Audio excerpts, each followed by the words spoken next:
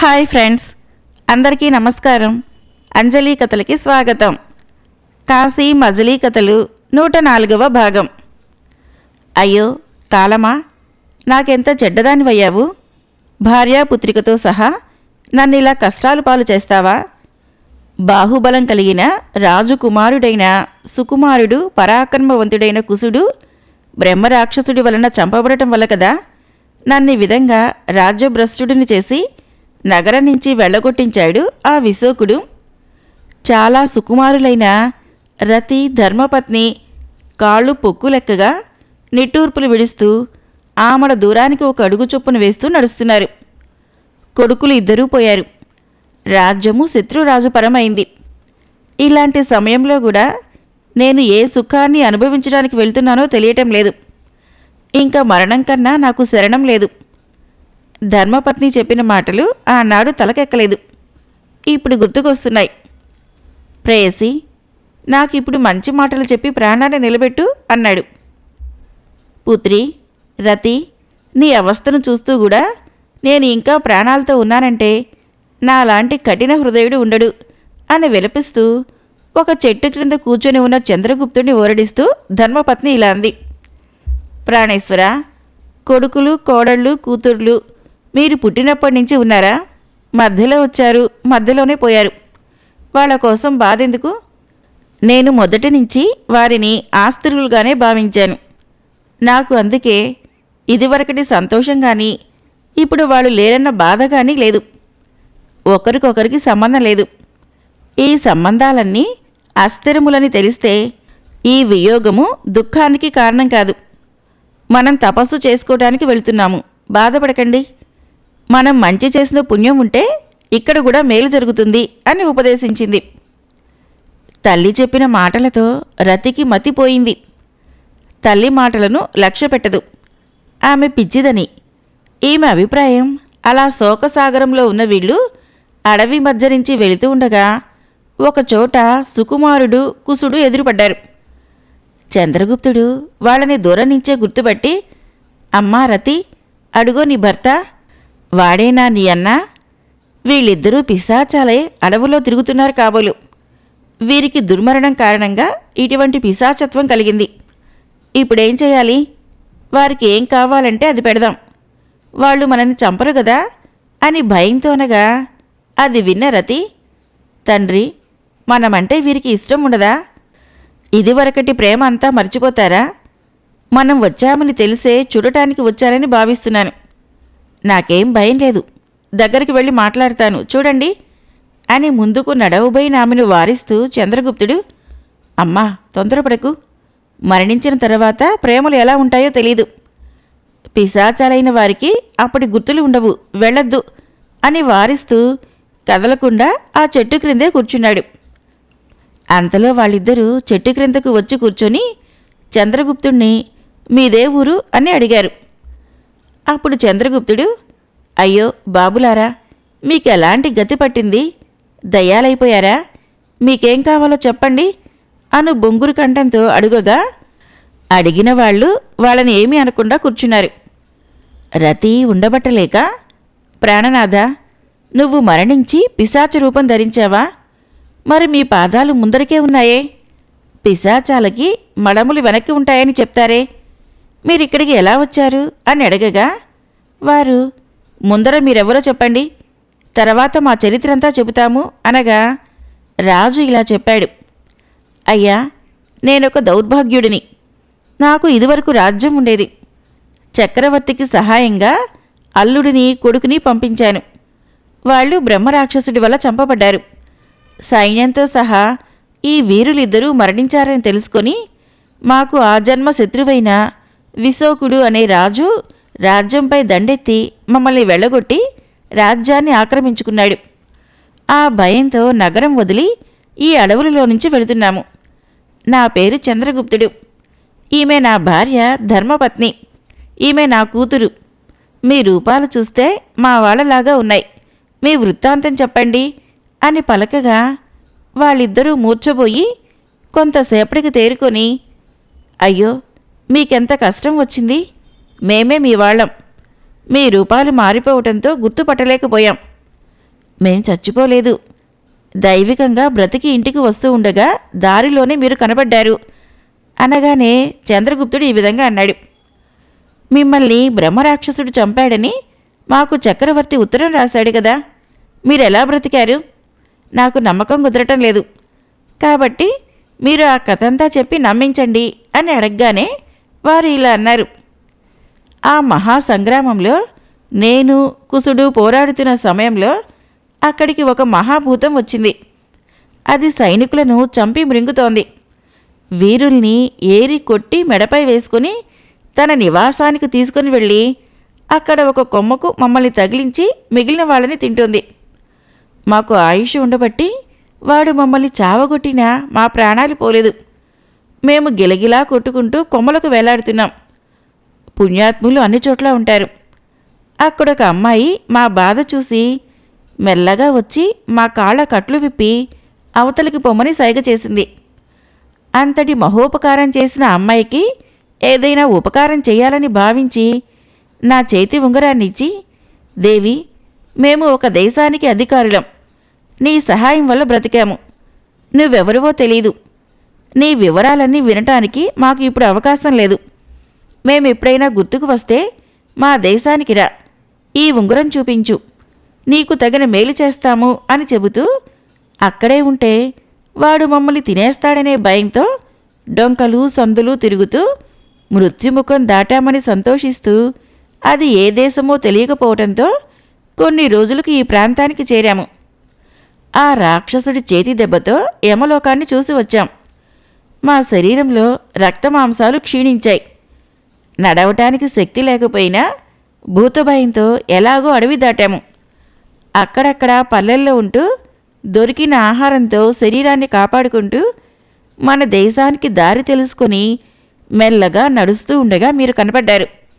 ఇదే మా వృత్తాంతం. మీరు మమ్మల్ని దెయ్యాలని భయపడ్డారు. నిజానికి ఆ అమ్మాయి సహాయం చేయకపోతే మేము అలాగే ఉండేవాళ్ళం అన్నారు. ఈ చరిత్ర అంతా విన్న రాజు వారిని కౌగలించుకున్నాడు.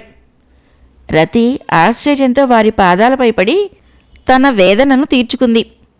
ధర్మపత్ని చిరునవ్వు నవ్వి, మీరు పూర్వం చేసిన పుణ్యమే మిమ్మల్ని రక్షించింది అని ఇంకా కొనసాగింపుగా, మీరు ప్రకృతి నిరతులు కారా, మొత్తం స్వశక్తి మీదే నడుస్తుందని చెప్పేవారే, ఇప్పుడు ఆ మాటలన్నీ ఏమయ్యాయి? ఇప్పటికైనా పెద్దవాళ్ల మాటల మీద నమ్మకం ఉంచగలరా అని చెప్పగా ఆమెను వెర్రిదానిగా భావించి వాళ్ళు ఏం సమాధానం చెప్పలేదు. అప్పుడు సుకుమారుడు శోకం వల్ల గొంతు బొంగురుపోగా, మహారాజా, విశోకుడు మిమ్మల్ని నగరం నుంచి వెళ్ళగొట్టాడా? మంత్రులెవరూ సహాయం చేయలేదా?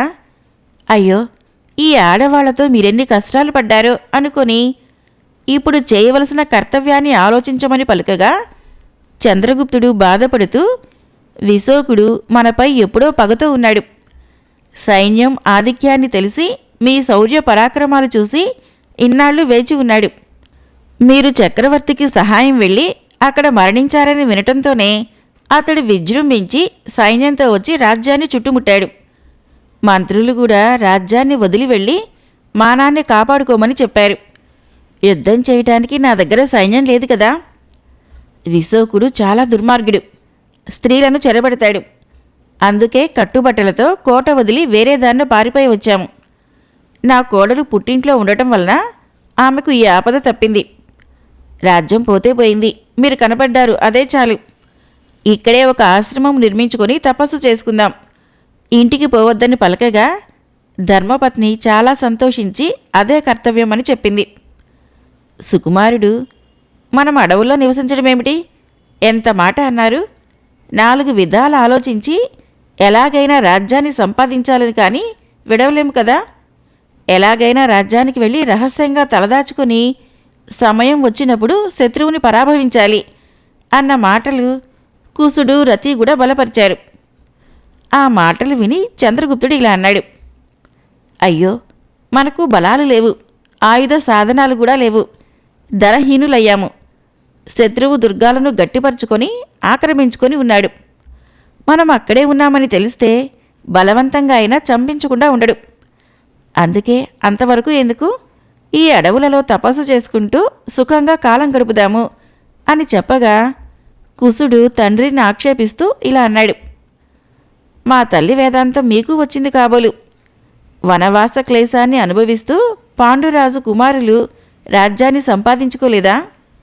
మాకు కూడా బలాలు లేకపోయినా బంధువుల్ని ఆశ్రయించి సైన్యాన్ని సమకూర్చుకొని మిత్రుల సహాయాన్ని తీసుకుంటామని చెప్పి తండ్రిని ఒప్పించాడు. అలా కొన్ని రోజులకు అడవుల మీదుగా పర్వతాలను దాటి ఒకరోజు తెల్లవారుజామునే తమ రాజధానికి వచ్చి మారువేషాల్లో వికటదంతుడు అనే పురోహితుడింటికి వెళ్ళి కొన్ని రోజులు అతడింట్లో ఉండటానికి అంగీకరించమని కోరారు. వికటదంతుడు అనే బ్రాహ్మణుడు చాలా దుర్మార్గుడు, కృతజ్ఞుడు. చంద్రగుప్తుడి వల్ల చాలా దానాలు పొందాడు. ఇప్పుడు గొప్ప వైభవంగా బ్రతుకుతున్నాడు. కొత్త రాజును ఆశ్రయించాడు. కాబట్టి రాజుతో ఇలా అన్నాడు. మిమ్మల్ని నా ఇంట్లో పెట్టుకుంటే విశోకుడికి తెలుస్తుంది. అది గమనిస్తే అతడు నన్ను, నా భార్యాబిడ్డల్ని నాశనం చేయకుండా ఉండడు. ఎక్కడైనా తనకు మాలిన ధర్మం ఉండదు కదా. మీరు మా ఇంట్లో ఉండటానికి వీలులేదు, మరొక చోటికి వెళ్ళండి అని సమాధానం చెప్పాడు. ఆ మాట విని కుసుడు, నువ్వు మా వల్ల అనేక ఉపకారాలు పొందావు, ఈ మాత్రం సాయం చేయలేవా? నీకేం భయం అక్కర్లేదు, 10 రోజులు చోటివ్వు, నీ మేలు మరువము అని ఎంత బ్రతిమాలినా కూడా ఆ బ్రాహ్మణుడు అనుమతించలేదు. సరికదా, తొందరగా బయటికి వెళ్ళండని తొందర పెట్టాడు. వాడి కృతజ్ఞతకు చాలా బాధపడి మరొక వైశ్యమిత్రుడి ఇంటికి వెళ్ళి కొన్ని రోజులు తలదాచుకుంటామని కోరారు.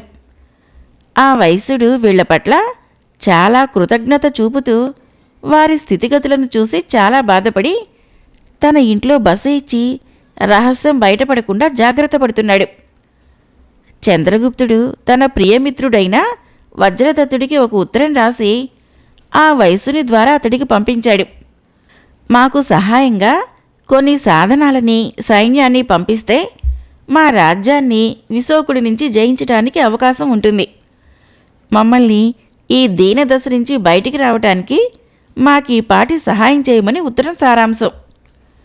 ఈలోగా వికటదంతుడు విశోకుడి దగ్గరికి వెళ్ళి చంద్రగుప్తుడు భార్యాపిల్లలతో వచ్చి రహస్యంగా ఈ ఊర్లో ప్రవేశించాడని, తనని సాయం చేయమన్నాడని, దానికి తాను అంగీకరించలేదని చెప్పాడు. ఎంత రహస్యంగా ఉన్నా కూడా మీ గురించి వెతుకుతుంటాడు. మీకు సన్నిహితుడిని కాబట్టి ఇదంతా చెప్పాను అని చెప్పగా విశోకుడు భయపడి వారి జాడ తెలుసుకోమని కొందరి భటులను, గూఢాచారులను నియమించాడు. ఒక గూఢాచారి వలన వాళ్ళు వైశ్యాగృహంలో ఉన్నారని తెలుసుకొని విశోకుడికి చెప్పగా అతడు కొంతమంది దూతల్ని పంపి వారందర్నీ బంధించి కారాగారంలో వేయించాడు. ఆహా, దైవము ధర్మమునందు ఉంటాడు. దైవమే మనకి సహకరించి మన శత్రువైన సూర్యవర్మను చంపింది అని దేవవర్మ అల్లుడు కూతురుతో చెబుతూ ఉండగా యమున, ఆ మహాభూత స్వరూపుడైన పరమేశ్వరుడు చక్రవర్తి స్థానంలో ఎవరిని నియమించాడని చెప్పుకుంటున్నారు? మీకేమైనా వార్త తెలిసిందా అని అడగ్గా అది కేవలం పుకారు మాత్రమే, నిజం వార్త తెలియదని అల్పుడు చెప్పాడు. ఇంతలోనే ఒక దూత వచ్చి వాకిట్లో ఉండి చక్రవర్తి సందేశ పత్రికను లోపలికి పంపాడు. అందులో ఇలా ఉంది. దేవ యజనాగ్రహారంలో కాపురం ఉంటుందా? అగ్నివర్మ కూతురు సురస అల్పుడిపై మోపిన నేరారోపణలో నువ్వు అతని వైపు పక్షపాతం వహించి వాడిని శిక్షించక అల్లుడుగా చేసుకున్నావని, అందుకే అతడు సూర్యవర్మ దగ్గరికి వెళ్ళి ఈ సమస్య పరిష్కారానికి నీ అల్లుడిని అపరాధిలాగా సంకెళ్ళు తగిలించి పంపమని మీకు ఆజ్ఞాపత్రికలు వ్రాయగా మీరు వాటిని తిరస్కరించినందుకు పెద్ద యుద్ధం జరిగింది కదా. ఆ యుద్ధంలో సూర్యవర్మ మరణించాడు. వారి స్థానంలో నేను చక్రవర్తిగా పీఠాన్ని అధిష్ఠించాను. ఇప్పుడు ఆ బ్రాహ్మణుడు వచ్చి నన్ను ఆ నేరారోపణ పరిష్కరించమని కోరుతున్నాడు. దీనికి గాను మీకు నిజం తెలిసినట్లు మీరు రాసిన ఉత్తరాలలో ఉంది. ఇప్పుడు మళ్ళీ ఒక సభ ఏర్పాటు చేస్తున్నాను. ఆ సభకు సామంత రాజులందరినీ రప్పిస్తున్నాను.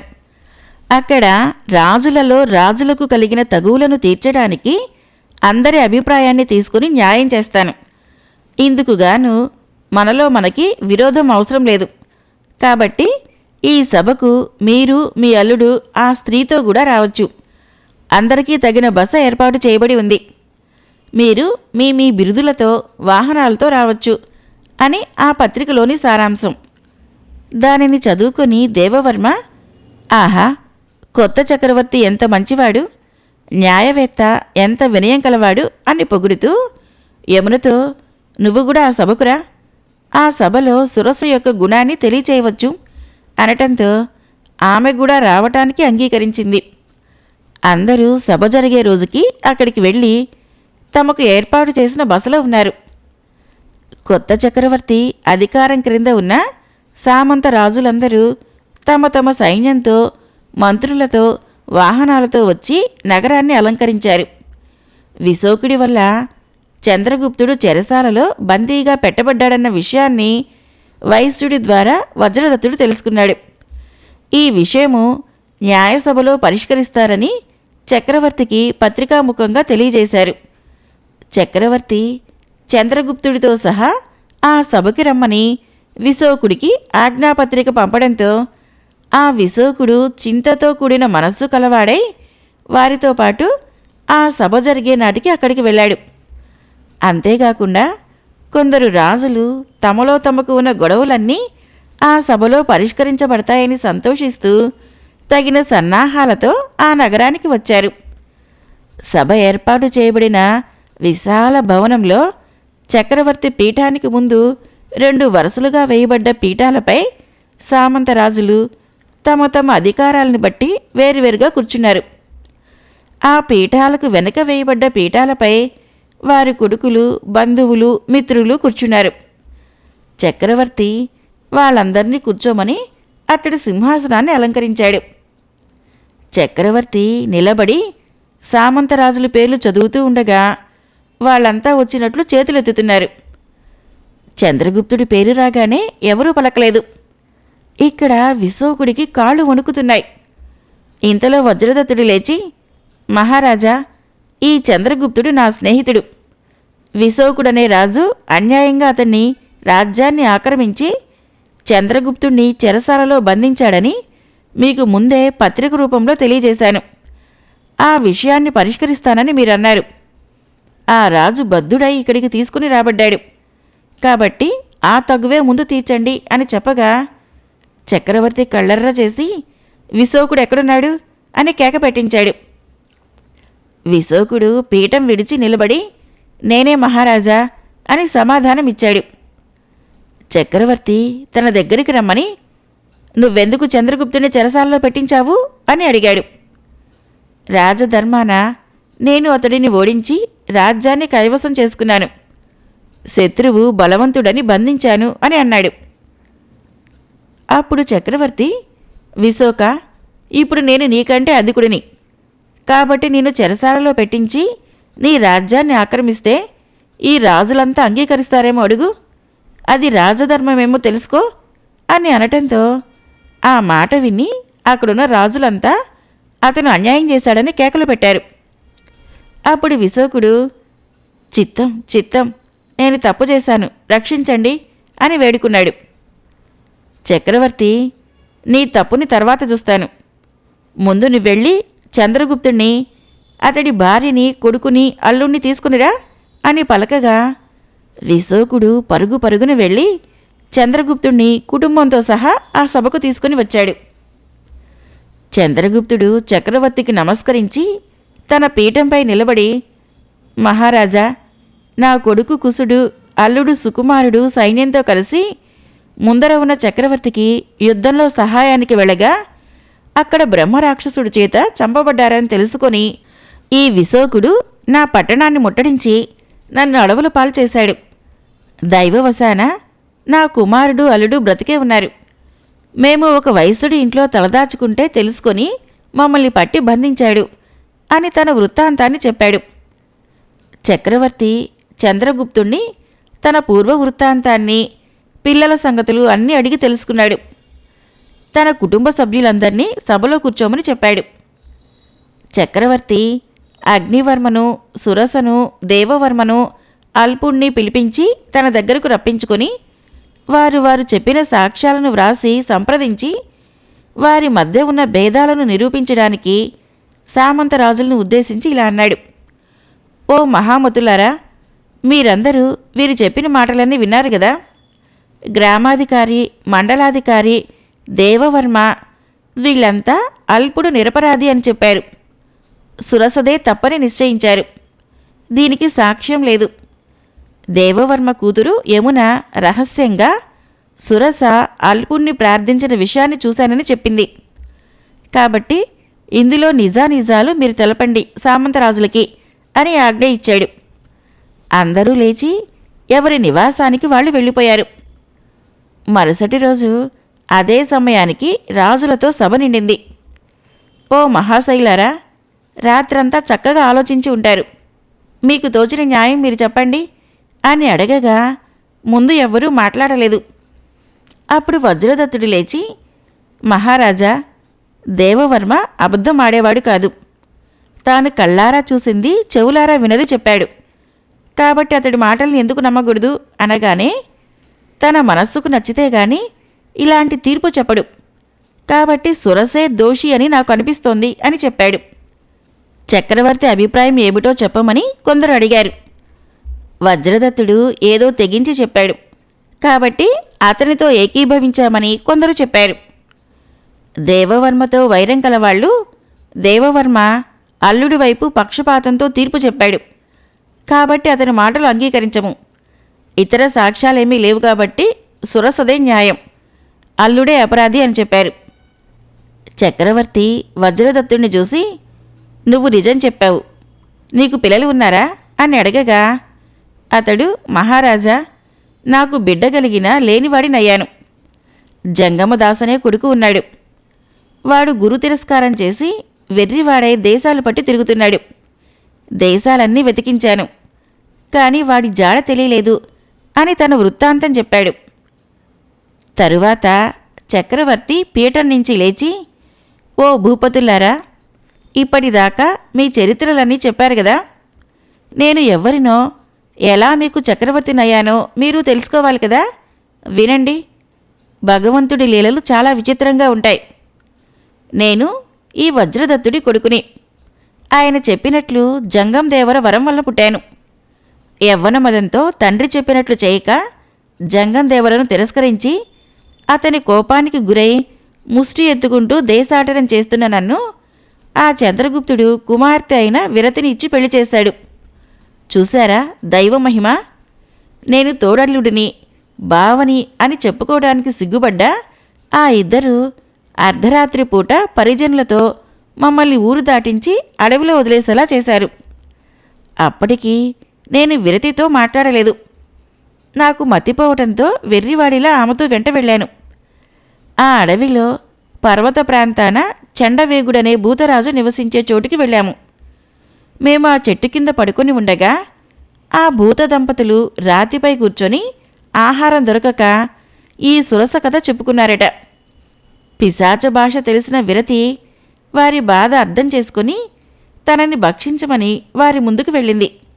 వాళ్ళు ఆమె వృత్తాంతం తెలుసుకొని జాలితో ఆ చెట్టు క్రిందనే పడుకున్న నా దగ్గరికి వచ్చారు. ఆ భూతకాంత నా వృత్తాంతం అడిగి తెలుసుకొని మాకు ఐశ్వర్యాన్ని కలిగించమని తన భర్తని ప్రార్థించింది. అప్పుడు ఆ భూతరాజు సూర్యవర్మకు దేవవర్మకు జరుగుతున్న రాత్రి యుద్ధంలో సేనలతో పాటు అనేక మంది రాజులను చంపి సూర్యవర్మను కూడా చంపి తన నివాసానికి తీసుకువెళ్ళి భుజిస్తున్నాడు. చంద్రగుప్తుడి కుమారుడు కుసుడు, అల్లుడు సుకుమారుడు ఇద్దరినీ కలిపి కట్టి చెట్టు కొమ్మకు వేలాడదీశాడు. భూతరాజుకు తెలియకుండా విరతి వారిని జీవంతో ఉన్నట్లుగా గ్రహించి వారి పాదాల కట్లను విప్పి అవతలికి పంపింది. వారు వెళుతూ ఒక ఉంగరాన్ని గుర్తుగా ఇచ్చి వెళ్లారు. ఇదే ఆ ఉంగరం అని అందరికీ చూపించాడు. ఆ మరుసటి రోజే ఈ భూతరాజు మా ఇద్దరినీ తన భుజంపై ఎక్కించుకుని వచ్చి ఈ సింహాసనం మీద కూర్చోబెట్టాడు.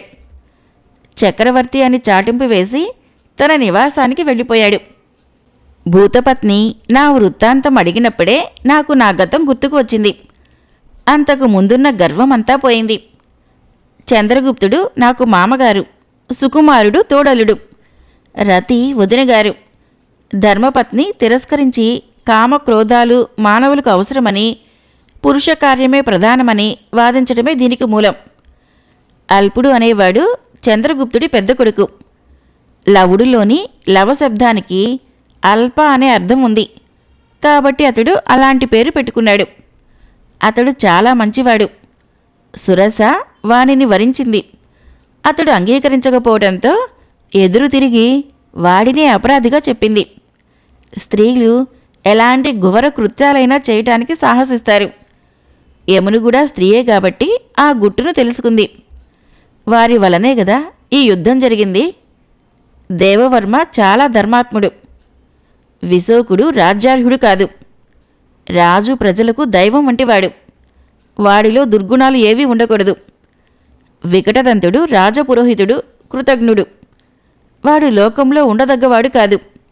కాబట్టి మీరంతా సత్యానికి ధర్మానికి బద్దులై పూర్వాచారాలన్నీ పాటిస్తూ రాజ్యాన్ని పాలిస్తే 2 లోకాల్లో సౌఖ్యాన్ని పొందుతారు. ఇదే నా వృత్తాంతం అని కళ్ళలో ఆనంద బాష్పాలు రాగా ఉపన్యసించి పీఠం దిగివచ్చి తండ్రి అయిన వజ్రదత్తుడికి, మామగారైన చంద్రగుప్తుడికి నమస్కరించి బావలను ఆదరించి బంధువులను గుర్తించి ఆనందసాగరంలో తేలియాడాడు. అప్పుడు కుసుడు, సుకుమారుడు సిగ్గుపడి వాళ్ళు చేసిన అక్రమాలకు తలదించుకున్నారు. లవుడు తండ్రికి నమస్కరించి, తండ్రి, మా తమ్ముడు నాస్తికుడు. ఇప్పటికైనా వాడికి బుద్ధి వచ్చిందేమో అడగండి. అక్రమవాదం నాతో ఆనాడు చేశాడు. నాకేం కొదవలేదు. విరతి సుగతుణ్ణి పెళ్లి చేసుకుంది. అతడు చక్రవర్తి అయ్యాడు. వాళ్ళిద్దరినీ రహస్యంగా అడవికి పంపించాడు. అదే వాళ్ళకి ఉపకారంగా అయింది. పరమేశ్వరుడి లీలలు ఎవరు తెలుసుకోగలరు అని ఎత్తుపుడుపుగా అనగా చంద్రగుప్తుడు లవుడిని కౌగలించుకొని, బాబు, మేమందరము జ్ఞానశూన్యులమయ్యాము. నువ్వు, విరతి, మీ అమ్మ జ్ఞానులై ఉన్నారు. మీ మాటల మీద ఇప్పటికి నమ్మకం కలిగింది. నువ్వు ఇంటికి వచ్చి రాజ్యం చూసుకోమని చెప్పగా, తండ్రి, కుసుడు రాజ్యలోభంతో నన్ను రాజ్యం నుంచి వెళ్ళగొట్టాడు. అందుకు నాకేం ఈర్ష్యలేదు. నాకు మామగారి రాజ్యం ఉంది. కుసుడికే పట్టాభిషేకం జరిపించండి అన్నాడు. సుగతుడు విరతితో కలిసి చక్రవర్తి అయి న్యాయంగా ప్రజలను పాలిస్తున్నాడు. కుశలవులు తండ్రి అనుమతితో చెరొక రాజ్యానికి అధికారులే పరిపాలిస్తున్నారు. చంద్రగుప్తుడి అనుమతితో కుసుడి ఇంటికి వెళ్ళిన వెంటనే వికటదంతుణ్ణి నడివీధి మండపంలో నిలబెట్టి ఆ వీధిలో వచ్చిపోయేవారితో వాడి మీద ఉమ్ము వేసేటట్లు చేశాడు. కృతజ్ఞుడికి మరొక నిష్కృతి లేదు కదా. ఆ పురోహితుడు మరణించిన తర్వాత కూడా వాడి రూపాన్ని శిలలో చెక్కించి ఆ నడివీధిలో నిలబెట్టి అలాగే ఉమ్ము వేయిస్తూ ఉన్నాడు. నువ్వు చూసింది వికటదంతుడి రూపం. అతడు కృతజ్ఞుడై ఇటువంటి అవమానాన్ని పొందాడు. తెలిసిందా అని మణిసిద్ధుడు గొల్లవాడిని అడగ్గా, స్వామి, తెలిసింది. ఇందులో నీతి ప్రజలకు ఈ నీతిని చెబుతోంది. లవుడిని, విరతిని కుసుడు, రతి ఆక్షేపించడం వలన అంత అవమానాన్ని పొంది వారి వలనే కష్టాల నుంచి బయటపడ్డారు. కుసుడు కుట్ర పన్ని విరతిని సుగతుడితో అడవుల పాలు చేశాడు. అదే వారికి ఉపకారమైంది. మంచి రోజులలో అపకారం చేసినా ఉపకారం అవుతుందనే సామెత దీనిలో దృఢమైతున్నది కదా. దేవవర్మ ధర్మాన్ని నమ్మి పరిపాలించాడు. అందుకే శత్రువులు ఎక్కువ మంది వచ్చినా తోకముడిచారు. అన్నిటికంటే కృతజ్ఞుడైన వికటదంతుడి దోషం చిరకాలం బాధిస్తుంది. ఏ పాపానికైనా నిష్కృతి ఉంది గాని కృతజ్ఞతకి నిష్కృతి లేదని పురాణాలు చెబుతున్నాయి అన్నాడు గోపాలుడు. గురు శిష్యులు ఆనాటికి అక్కడే నివసించి మరునాడు తదుపరి మజిలీ చేరుకున్నారు. ఫ్రెండ్స్, నా కథలు నచ్చినట్లయితే మన ఛానల్ని తప్పకుండా సబ్స్క్రైబ్ చేయండి, లైక్ చేయండి, షేర్ చేయండి, కామెంట్ చేయండి. Thank you.